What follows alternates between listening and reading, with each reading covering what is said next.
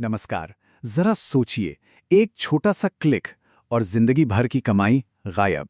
आज हम भारत में साइबर क्राइम के इसी नए खतरनाक जाल को समझेंगे और ये भी जानेंगे कि इससे खुद को कैसे महफूज रखा जा सकता है। चलिए शुरुआत करते हैं एक ऐसे आंकड़े से जो शायद होश उड़ा दे। 890%। जी हां, पिछले सिर्फ एक साल में भारत में साइबर क्राइम से होने वाले फाइनेंशियल नुकसान में इतनी बड़ी उछाल आई है। ये सिर्फ एक नंबर नहीं, ये हम सब के लिए एक बहुत बड़ी चेतावनी है। और ये 890% असल में रकम में कितना होता है? ये आंकड़ा है 22,845 करोड़ रुपए। सही सुना आपने। ये वो रकम है जो सिर्फ 2024 में हम भारतीयों ने साइबर धोखेबाजों के हाथों गंवाई है। तो ये सिर्फ कुछ नंबर नहीं हैं, इसके पीछे एक पूरा ऑर्गेनाइज्ड क्रिमिनल नेटवर्क काम कर रहा है। और उनके निशाने पर कौन है? स्टूडेंट्स, नौकरी करने वाले लोग, यहां तक कि रिटायर्ड अधिकारी भी। मतलब कोई भी इससे बचा हुआ नहीं है। देखिए, पुराने स्कैम्स तो हम सबने देखे हैं। टूटी फूटी भाषा वाले मैसेज या अजीब सी दिखने वाली वेबसाइटें जो आसानी से पकड़ में आ जाती थीं। लेकिन अब खेल पूरी तरह से बदल गया है। आज के धोखेबाज एआई का इस्तेमाल कर रहे हैं, परफेक्ट मैसेज लिखते हैं, ऐसी वेबसाइट बनाते हैं जो असली से भी ज्यादा असली लगती हैं। और तो और, अब तो वो एआई की मदद से किसी अपने की आवाज की हूबहू नकल करके भी धोखा दे सकते हैं। तो चलिए एक बहुत ही खतरनाक स्कैम की चीर-फाड़ करते हैं। इसका नाम है डिजिटल अरेस्ट। इसे समझ लिया तो समझो इन स्कैमर्स की पूरी साइकोलॉजी समझ आ जाएगी कि ये सोचते और काम कैसे करते हैं। जरा कल्पना कीजिए, आपके फोन की घंटी बजती है और दूसरी तरफ से कोई खुद को सीबीआई या पुलिस का बहुत बड़ा अफसर बताता है और कहता है कि आपके नाम पर कोई बड़ा जुर्म हुआ है। बस यहीं से शुरू हो जाता है डर और दबाव का एक ऐसा खतरनाक खेल। ये स्कैमर्स ना बड़े शातिर तरीके से काम करते हैं। स्टेप 1, किसी पर मनी लॉन्ड्रिंग या ड्रग्स जैसे झूठे संगीन इल्जाम लगाए जाते हैं। स्टेप 2, डराने के लिए व्हाट्सएप पर नकली एफआईआर और अरेस्ट वारंट भेजे जाते हैं। और फाइनल स्टेप, उन्हें एक वीडियो कॉल पर बने रहने के लिए मजबूर किया जाता है ताकि वो किसी से बात ना कर पाएं और फिर घबराहट में आकर पैसे ट्रांसफर कर दें। तो यहाँ पर सबसे ज़रूरी बात जो गांठ बांध लेनी है वो ये है कि ये सबका सब झूठ है। भारत की कोई भी, मैं दोहरा रहा हूँ, कोई भी असली पुलिस या सीबीआई एजेंसी कभी भी फ़ोन या वीडियो कॉल पर किसी को गिरफ्तार नहीं करती या इस तरह से जांच नहीं करती। अगर ऐसा कोई कॉल आता है तो समझ जाइए कि ये 100% स्कैम है।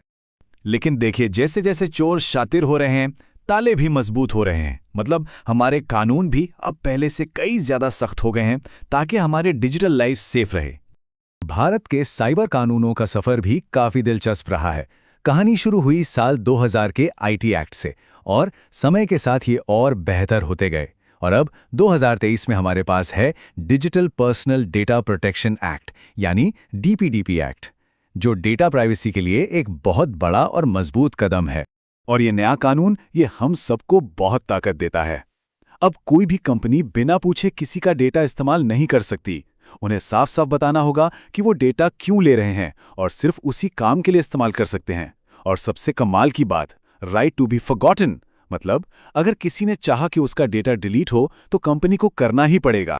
ठीक है, कानून तो अपना काम कर रहा है, पर अपनी सुरक्षा की पहली जिम्मेदारी तो हमारी खुद की है ना?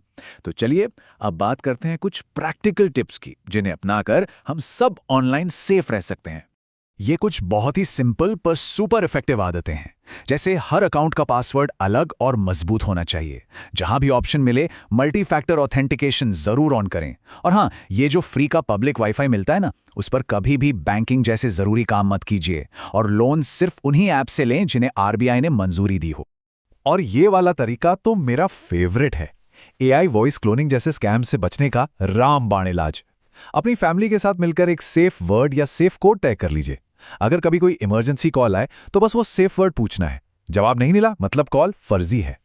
अब मान लीजिए इतनी सावधानी के बाद भी कभी कोई धोखा हो ही जाए तो घबराना बिल्कुल नहीं है। पैनिक करने की जगह बस ये जानना जरूरी है कि उस वक्त सही और तुरंत एक्शन क्या लेना है।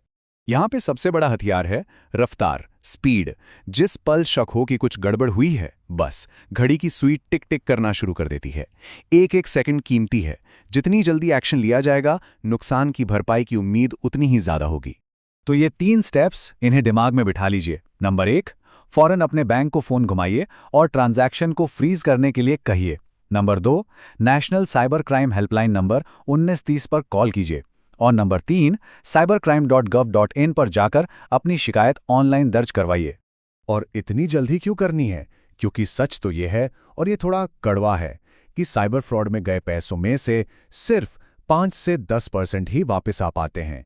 इसीलिए बचाव और तुरंत रिपोर्टिंग ही सबसे अच्छा तरीका है। तो आखिर में एक बड़ा सवाल खड़ा होता है।